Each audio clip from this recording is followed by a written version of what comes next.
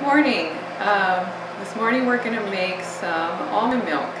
I was actually planning on making this yesterday, so these almonds ended up soaking overnight. I have 1 cup of almonds that I soaked overnight. You don't usually have to soak them a full night, maybe 4 to 6 hours you can soak them, but we got busy and I didn't get them made, so they've been soaking overnight. So I have 1 cup of almonds.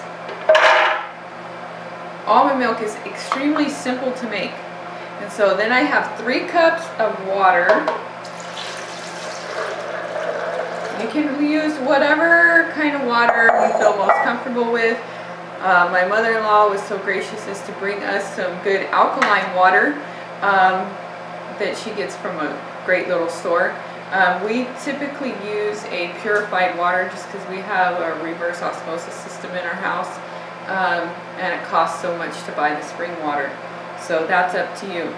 I'm going to put a pinch of pink Himalayan sea salt,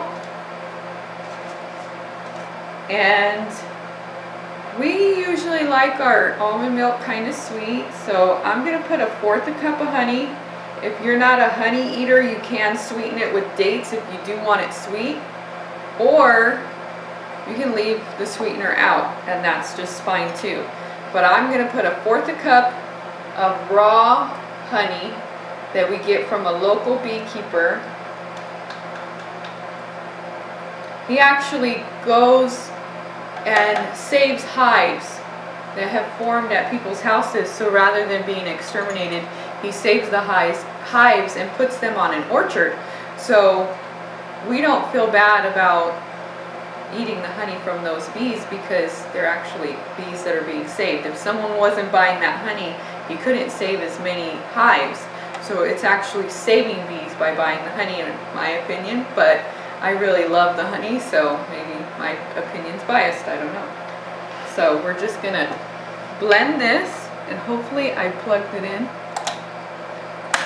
Yep. Alright, so we're just gonna blend this up.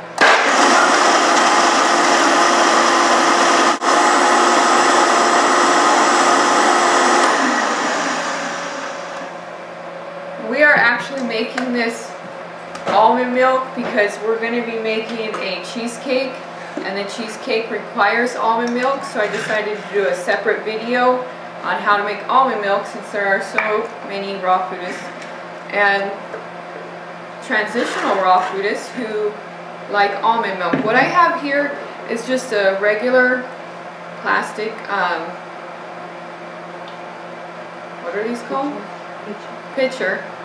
And then I have a strainer, and I put some cheesecloth in the strainer to help strain it a little bit more.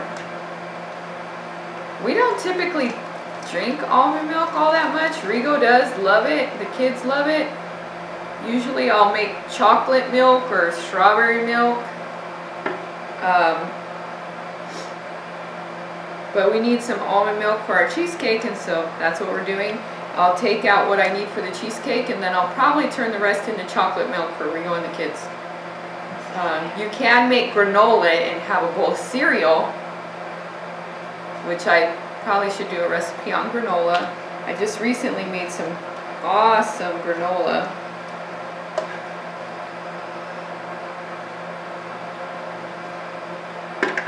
And basically, you'll just strain it now.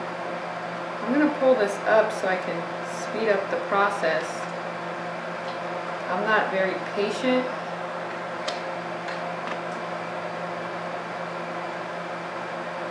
And there are so many things that you can do with the almond pulp. Now that I have almond pulp from this almond milk, I will definitely be doing a recipe. But I got to figure out what I want to do. I don't know if I want to make a pizza crust, or if I want to make some banana nut bread, or there's so many raw recipes for almond pulp. And see, what I'm doing is I brought up the cheesecloth and I'm just twisting it. I'm not putting too much pressure because if you do, it'll squirt out at you. That's happened quite a few times to me, and I'm hoping it doesn't happen on camera. And I actually love the almond pulp better than the almond milk because it makes so many yummy recipes.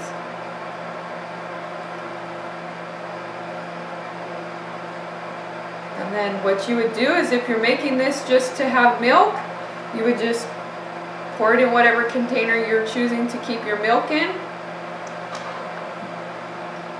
And that's it. Just chill it. And there you go. There's your almond milk. Should I pour it into a jar or something? Here, I'll pour it in here so you can see. Let's see how much it made. How about that? Let's see how much.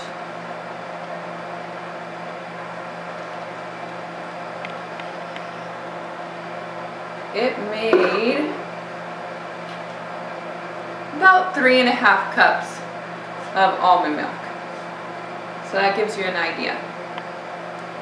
Thank you for watching.